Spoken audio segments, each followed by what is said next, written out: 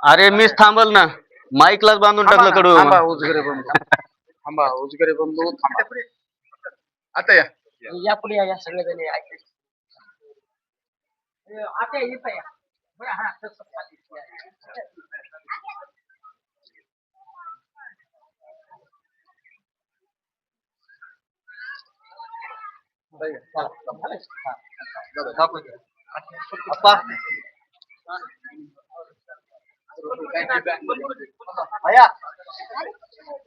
हा. घ्या पटकन घ्या विकास बाय. काय थांबा ना.